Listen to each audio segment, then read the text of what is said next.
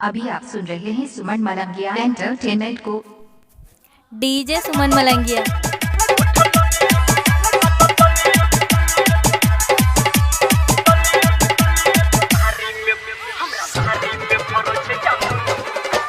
DJ good Madhubani, DJ good Madhubani, DJ good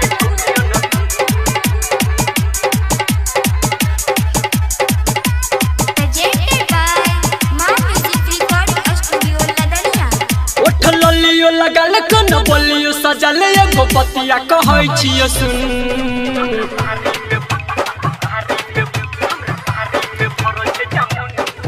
ओठ ललियो लगल कन बोलियो सजल एगो बतिया कहै छियै सुन। ओठ ललियो लगल कन बोलियो सजल एगो बतिया कहै छियै सुन। हमरा भारी में फरल छे जामुन आ नखी अइबो के छौरिया न धुन। हमरा भारी में फरल छे जामुन आ नखी अइबो के छौरिया न धुन। ओठ ललियो लगल कन बोलियो सजल एगो बतिया कहै छियै सुन। ओठ ललियो लगल कन बोलियो सजल एगो बतिया कहै छियै सुन। हमरा भारी में फरल छे जामुन आ नखी अइबो के छौरिया न धुन। हमरा भारी में फरल छे जामुन आ नखी अइबो के छौरिया न धुन।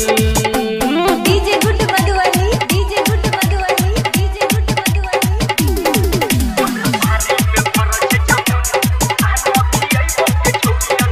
डीजे सुमन दीवाना, डीजे सुमन दीवाना। घर में बैठ के धुकै छै के बीरी हाली हाली आनंद छौरी कर देबो जामुन पीरी।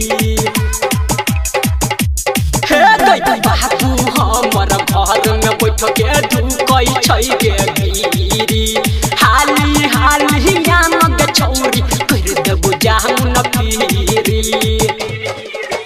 लहंगा में तोरा भर देबो झोरा गिराय के लाल जामुन।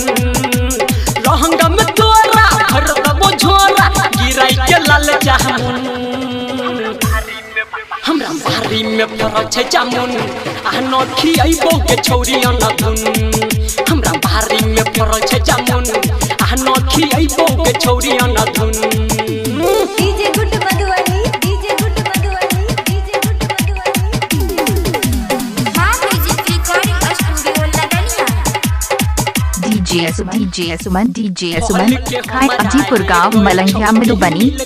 मीठा स्वाद गे भूल जइबी सब के छौरी खैला के तू बाद गे। सुमन मलंगिया, सुमन मलंगिया। फल के हमरा हे गई छौरी मिलतौ मीठा स्वाद गे भूल जइबी सब के छौरी खैला के तू बाद गे। सनदीप सुमन हर भजन तोरा सीखे तो लघु के गुण। सनदीप सुमन हर भजन तोरा सीखे तो लघु के गुण।